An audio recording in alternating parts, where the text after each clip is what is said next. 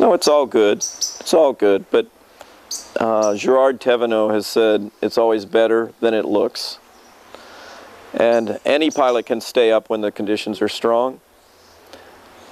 Only a good pilot can stay up when it's overcast, maybe 1,000-meter base with some headwind. But the good guys almost always make goal.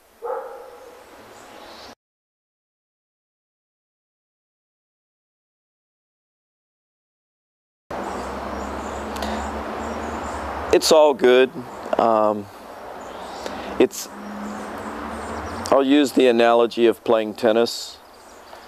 If you only play tennis with people who are the same skill level as you, you will learn slowly. So what I try to do is hook up my students with much better pilots, even if after they're done with the lessons with myself, get them flying, or maybe doing the competitions are good, especially beginning competitions, because you can see what was possible that day. It's not so much, and you can see what the other people are doing, real time.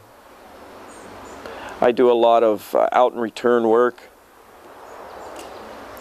which I find is easy for people to do, training out and return, because you always have a headwind, tailwind component.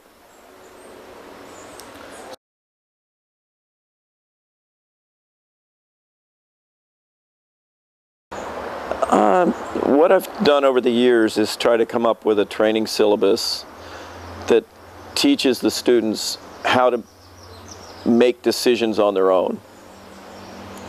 And when we fly together, I'm having them make the decisions and pointing out the different options so that they can see what they are when they're in the air at that moment. So it's more of a decision-making school than it is just go to the parking lot or go to the hill or go to here. It's weighing all the options, because this is similar to playing chess. It's similar to the stock market or gambling. It's weighing the risk. It's a risk management. What am I willing to risk for a payoff? It's very similar.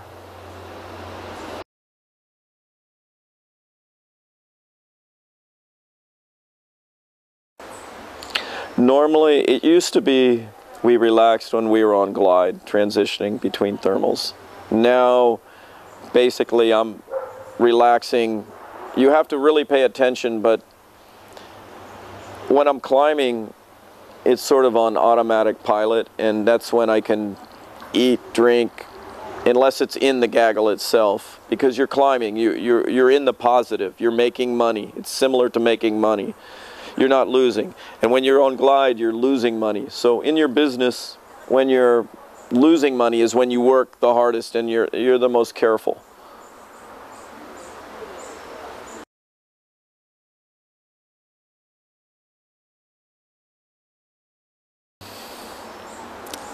First off, I'm going to say you really should have either professional training from a professional, from like a factory pilot, or you should have the professional do your tuning for you, because very small changes on the newer gliders today can affect the pitch stability so much. And everything you change, when you change one small thing here, it affects something else there. So personally, on like the style of tuning, I like to tune. I don't like to put it on the edge and very windy, which is spirally unstable, to get 0.1% of glide. It breaks my I'm not as confident down low doing low saves or scratching near the hill, and I think it's very important to be, your confidence levels are everything. This is the difference who wins the world meet and who doesn't. It's where their confidence level is, because they're all, a lot of the pilots are of similar skill level.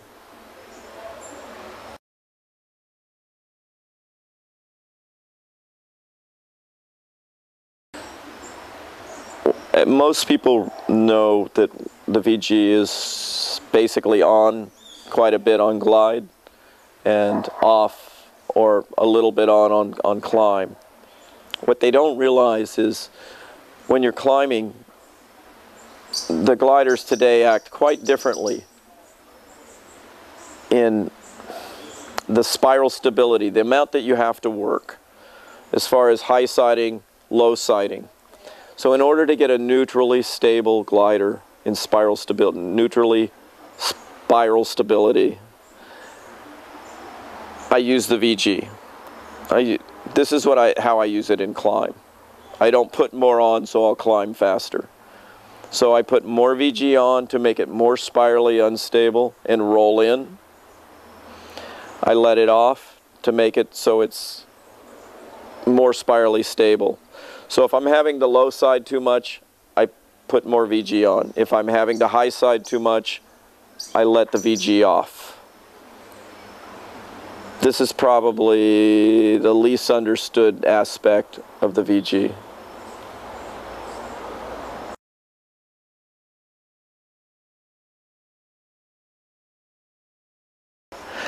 I always do a pre-flight. I've had people say, you're nervous on takeoff. Why? I mean, you know, when I'm doing my pre-flights, and it's, yes, I'm nervous because I've forgotten things. And there's pilots, eventually, if you're not careful, very careful, you will forget to hook in. Or you will forget a pin and have the glider fold up. When you do your setup, don't talk to anyone. Do not let anyone distract you. This is very important. To break your routine, never break your routine. Don't have any distractions. Then, I always pre-flight again and always do hang checks because I've launched unhooked. I've forgotten my belly's band. I've forgotten my leg straps.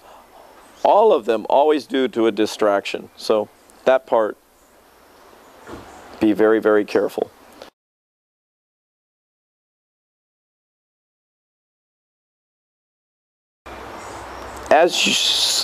To me, as you improve in your skill levels and you get into the upper end of the skill levels, most of it is psychological and emotional issues.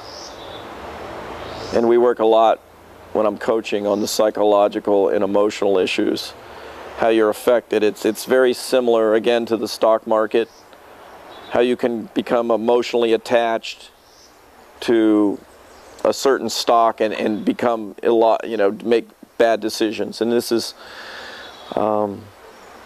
psychological issues are the main thing I try to work on now.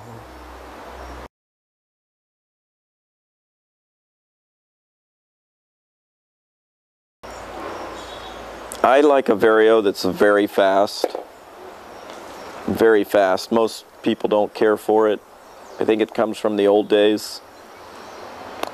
I don't want any lag times. And the main reason is I want the Vario to drop off. When I stop, most Varios, when you stop the climb, it continues for another second or two. It'll and I want it to very fast. And I filter this out with my mind. It's you get used to a Vario. And the reason this is when I'm on a low save with only a half turn climb, where I'm only getting climb and maybe a third or half the climb, trying to scratch up out of a hole, I need it very fast. Up high, it doesn't matter. Up high in strong climbs, it just doesn't matter. And you learn to filter this out. The GPS, I fly it quite differently. I'm used to navigating airplanes in boats, so I run all numbers: bearing, track, distance, and ground speed, almost always, with one big compass needle. I don't run a lot of the other, and I use the bearing and track a lot to navigate. On the Vario, I like airspeed. Airspeed is very important. I use it all the time. Almost all the top pilots will tell you this. Oleg's a big proponent of Manfred of having an airspeed indicator.